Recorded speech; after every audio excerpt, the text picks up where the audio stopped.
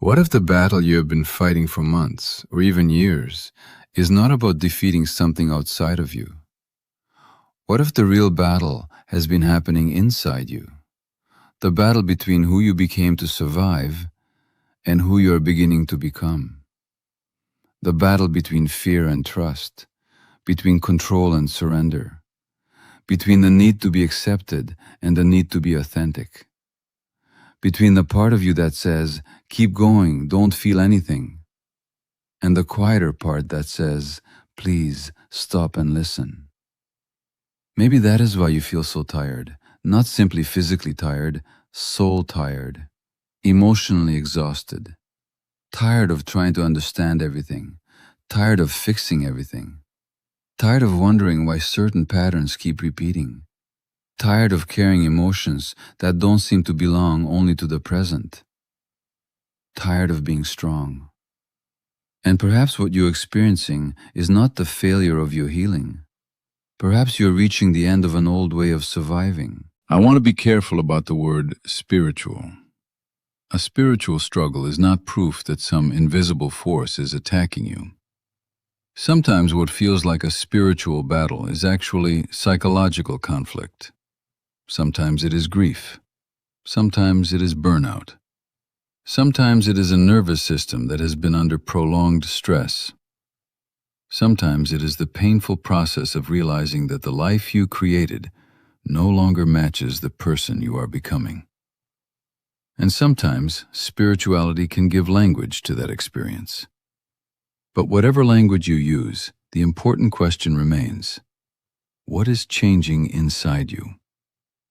Because there are signs that the battle may be losing its power, not because life becomes perfect, not because every problem disappears, but because you stop fighting yourself. And that may be the deepest victory available to you. The first sign is that you no longer need to understand everything before you can move forward. For a long time, perhaps, you have searched for explanations. Why did this happen? Why did they treat me that way? Why do I always repeat the same relationship? Why do I become anxious when someone pulls away? Why do I feel guilty when I say no? Why do I keep trying to prove myself? Why can't I just relax? Your mind wants an answer for everything, because answers create the feeling of control. If you can explain the past, perhaps you can protect yourself from repeating it. If you can predict another person's behavior, perhaps you can prevent rejection. If you can understand every emotion, perhaps you can stop being surprised by pain. But eventually there comes the point when analysis stops helping. You can know exactly why you developed a pattern and still continue repeating it. You can understand your childhood and still have trouble setting boundaries. You can know that you are people-pleasing and still say yes. You can understand your fear of abandonment and still chase someone who's unavailable. At some point, understanding has to become action. And perhaps one sign that your inner battle is ending is that you stop asking for perfect explanations. You begin saying, I may never understand everything, but I know what I need to do now. That is a powerful shift. You stop requiring the past to make complete sense before allowing yourself to live in the present. You stop waiting for certainty before taking an honest step. You stop needing every question answered. And you discover something unexpected. You can move without knowing everything. You can heal without having a perfect explanation. You can grow without understanding every detail of your story. That is not ignorance. It is acceptance of reality. The second sign is that you're finally becoming tired of fighting yourself. This may sound strange, but many people spend years in an internal war. One part says, be stronger. Another says, I am exhausted. One part says, don't need anyone. Another says, I want connection. One says, keep going. Another says, I need rest. One says, control everything. Another quietly says, I can't live like this anymore. And every day becomes a negotiation. You criticize yourself for your anxiety. You criticize yourself for needing people. You criticize yourself for being sensitive. You criticize yourself for not being productive enough. You criticize yourself for not healing fast enough. And perhaps you have mistaken this internal aggression for discipline. But there is a difference between accountability and self-attack. Accountability says, "This isn't working. What can I change?" Self-attack says, "Something is wrong with me." Accountability creates movement. Shame creates paralysis. So perhaps the battle is ending when you start responding to yourself differently. Instead of, "Why am I like this?" you ask, "What is happening inside me?" Instead of, "Why can't I get over this?" you ask, "What still needs attention?" Instead of, "I should be stronger," you ask, "What would strength look like right now?" Maybe strength is asking for help. Maybe strength is resting. Maybe strength is admitting the relationship hurts. Maybe strength is leaving. Maybe strength is staying and having an honest conversation. Maybe strength is finally saying, "I cannot keep carrying this." That sentence can be the beginning of freedom, because sometimes the strongest thing you can do is stop fighting the reality that you need something to change. The third sign is that your need for control is becoming weaker. This is a profound transition. Perhaps you used to monitor everything. You checked your phone constantly. You analyzed people's tone. You rehearsed conversations. You imagined every possible outcome. You tried to anticipate rejection. You needed reassurance. You wanted to know what would happen before you made a decision. You believed that if you thought hard enough, you could prevent pain. But no human being can control every outcome, and eventually, control itself becomes exhausting. When you start healing, you may notice something subtle. You still care, you still plan, you still make responsible choices. But you no longer feel the same desperation to control every result. You can send a message without checking 10 times. You can make the decision without asking 5 people for reassurance. You can let someone be disappointed without immediately trying to fix it. You can allow a relationship to reveal itself instead of constantly forcing it into a particular shape. And you begin telling yourself, "I will do what is mine to do, and I will release what is not mine." This is not passivity, it is discernment. You prepare, you communicate, you take action. Then you allow reality to respond, and something inside you becomes quieter. You realize that security does not come from predicting every possible future. It comes from knowing that you can respond when the future arrives. The fourth sign is that peace starts feeling less suspicious. This is one of the strangest stages of healing. If you've lived in stress for a long time, chaos can become familiar. You know what to do when something goes wrong. You know how to solve problems. You know how to become productive under pressure. You know how to handle emotional emergencies. But when life becomes quiet, you may feel uncomfortable. You may think, something is missing. Why do I feel restless? Why do I want to check my phone? Why do I suddenly feel bored? Maybe nothing is wrong.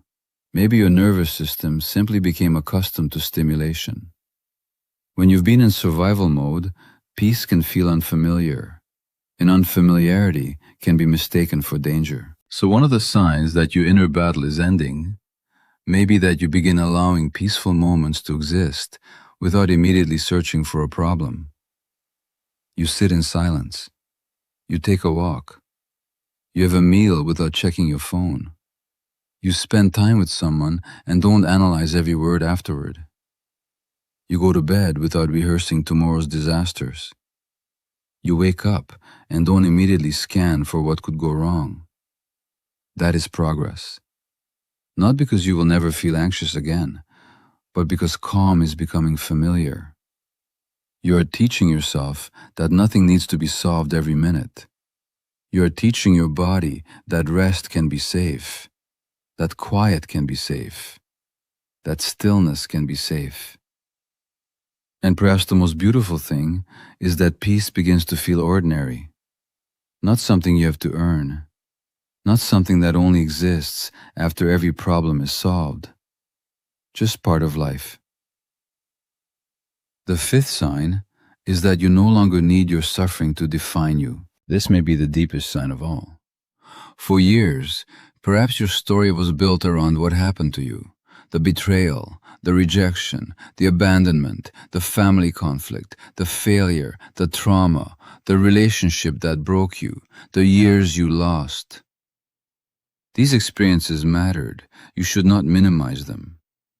But there comes a point where you have to ask, do I want my pain to remain the center of my identity? You can honor your story without living inside it forever.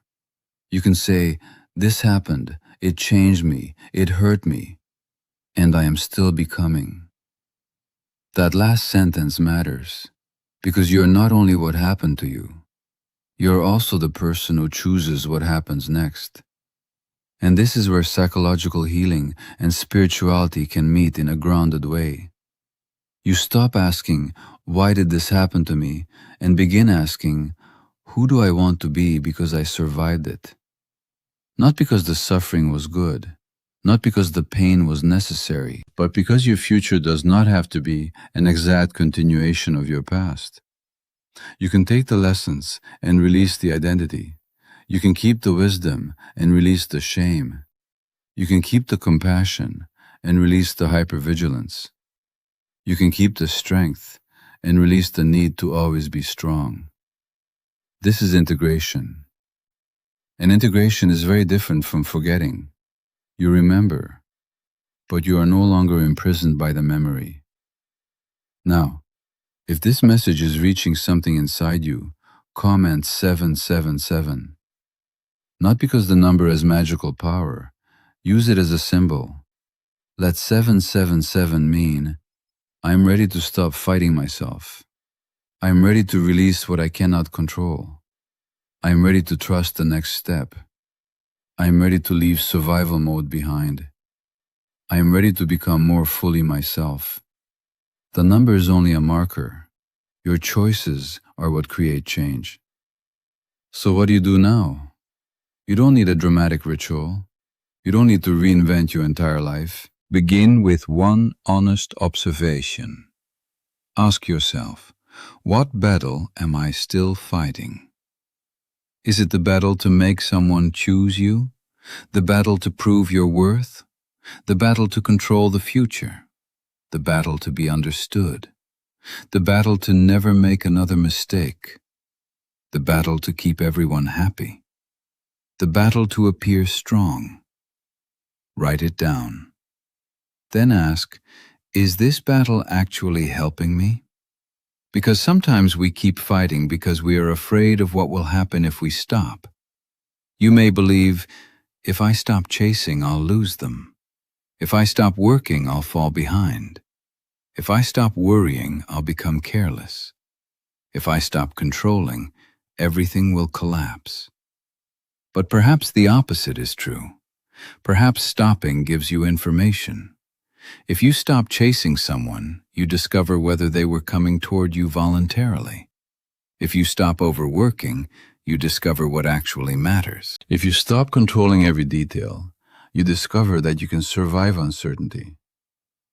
If you stop pleasing everyone, you discover which relationships can tolerate your authentic self. Sometimes you need to stop fighting to discover what is real. This is why surrender is misunderstood. Surrender does not mean giving up. It means releasing the demand that reality obey your exact script. You still act, you still care, you still protect yourself, but you stop demanding certainty. You stop forcing outcomes. You stop believing that control is the only way to be safe. You learn to say, I will do what is mine, and I will allow life to respond. That can feel frightening at first, but over time, it can become freedom. There's another sign that your battle may be ending. You begin choosing relationships based on peace rather than intensity. Maybe you once thought intense chemistry meant deep love.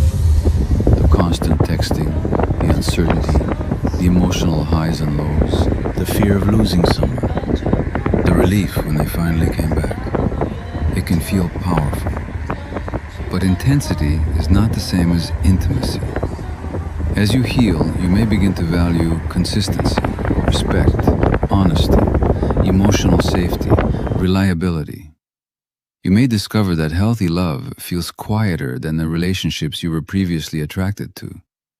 And at first, quiet can feel boring. But perhaps boring is simply another word for unfamiliar peace. A relationship where you don't have to constantly wonder where you stand can feel strange if uncertainty once felt normal. So don't confuse anxiety with chemistry. Don't confuse unpredictability with passion. Don't confuse emotional chaos with depth.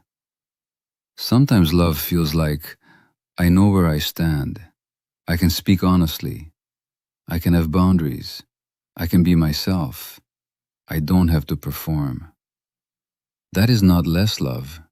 It may be more sustainable love. And if you're noticing this shift, it may be another sign that the old battle is losing its hold. Another sign is that you're becoming less interested in proving people wrong. Perhaps anger helped you survive. I'll show them. They'll regret what they did. I'll become successful so they can see what they lost. That energy can be powerful, but eventually you may realize, I don't want my future to be organized around people from my past. You no longer need revenge as motivation. You want meaning instead. You want to build because building feels right. You want to succeed because the work matters. You want to become healthy because you deserve a healthy life. You want a loving relationship because you value connection, not because you need to prove anyone wrong. That is freedom from the past. You stop using yesterday as the fuel for tomorrow. And perhaps that is one of the quietest signs of healing. You stop asking, will they regret losing me? And start asking, do I respect the person I am becoming? That is a better question. Now consider another possibility. What if the end of your spiritual battle looks less like excitement and more like boredom? This is important. When you have lived with emotional intensity for years, a calm life may initially seem empty. No drama, no crisis, no constant problem, no person to rescue, no battle to fight. And suddenly you have time. What do you do with that time? You may discover parts of yourself that were hidden by survival, creativity, curiosity, play, rest, meaning. And maybe you don't need another crisis. Maybe you need to learn how to live when nothing is wrong. That can be its own form of healing. You can have an ordinary day and let it be enough. You can drink your coffee, do your work, talk to someone you love, go outside, eat dinner, sleep. Nothing extraordinary happens. And you realize, I am okay. Perhaps that is a form of awakening that doesn't look dramatic at all. There's also a final shift I want you to notice. You begin trusting yourself more than your fear.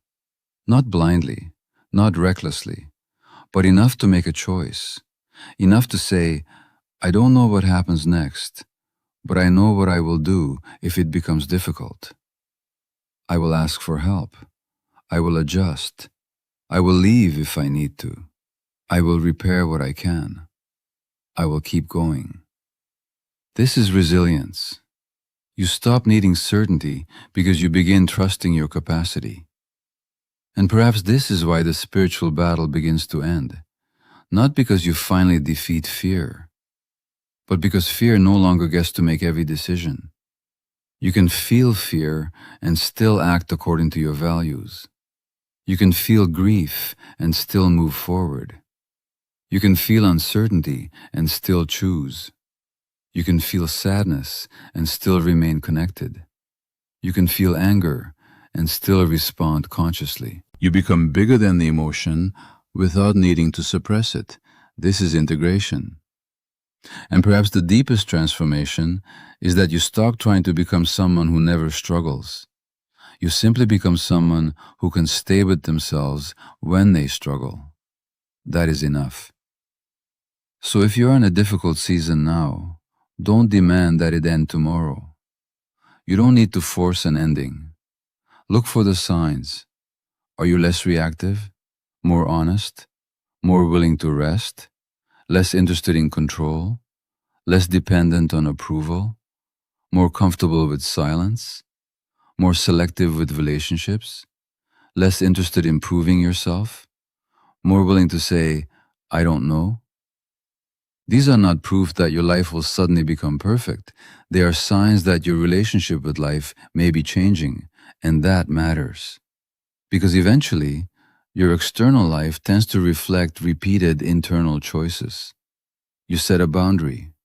You create a healthier relationship. You rest. You make better decisions. You seek support. You stop chasing. You stop performing. You create space. And your life begins changing. Not overnight, but steadily. So ask yourself tonight, what am I fighting that I could begin accepting? What am I controlling that I could begin releasing? What am I proving that no longer needs to be proved? What am I carrying that is not mine? What would become possible if I trusted myself a little more? Don't force the answers. Let them come. And if you don't know, that's okay. You're allowed not to know. Sometimes not knowing is the beginning of honesty. Perhaps your battle is not ending because you finally found the perfect answer. Perhaps it is ending because you stopped demanding one. You became willing to live with uncertainty, to take the next step, to let some things unfold, to let some people leave, to let some doors close, to let yourself rest, to let yourself change. And perhaps the most important thing is this: you don't have to fight yourself to become yourself. You can become through understanding, through compassion, through boundaries, through honest choices, through allowing yourself to feel, through allowing yourself to stop. And perhaps one day you will wake up and realize the battle is quieter, not because everything outside you has changed, because you no longer carry the same war inside. The past is still the past, but it does not command every decision. The future is still uncertain, but you don't need to control it. Other people's opinions still exist, but they do not define you. Pain still exists, but it no longer defines your identity. And you finally understand, peace was never the absence of difficulty. Peace was your decision to stop abandoning yourself in the middle of difficulty. That is the real ending, not the end of every problem, the end of your belief that you must fight yourself to survive them. So if you're at that threshold now, be gentle with yourself. Let the old battle become quiet. Don't replace it with another battle to become perfectly healed. Don't turn spirituality into another performance. Don't make consciousness another reason to judge yourself. Stay human, stay grounded, stay curious. Take care of your body, protect your boundaries, ask for support when you need it, and allow healing to be imperfect. Because perhaps the final victory is not becoming invulnerable. It is becoming trustworthy to yourself. You know that you will listen. You know that you will respond. You know that you will ask for help. You know that you will begin again. You know that you no longer need to abandon yourself just to keep life under control. And maybe that is why the battle is ending. Not with a dramatic explosion, not with a perfect sign, not with some magical moment, but quietly. You stop chasing. You stop proving. You stop resisting every emotion. You stop controlling every outcome. You stop treating yourself as the enemy. And one day you realize, I don't need to fight anymore. I can live. I can breathe. I can choose. I can become. And perhaps that is the deepest spiritual awakening of all. not escaping the human experience, becoming fully present inside it. The privilege of a lifetime is to become who you truly are,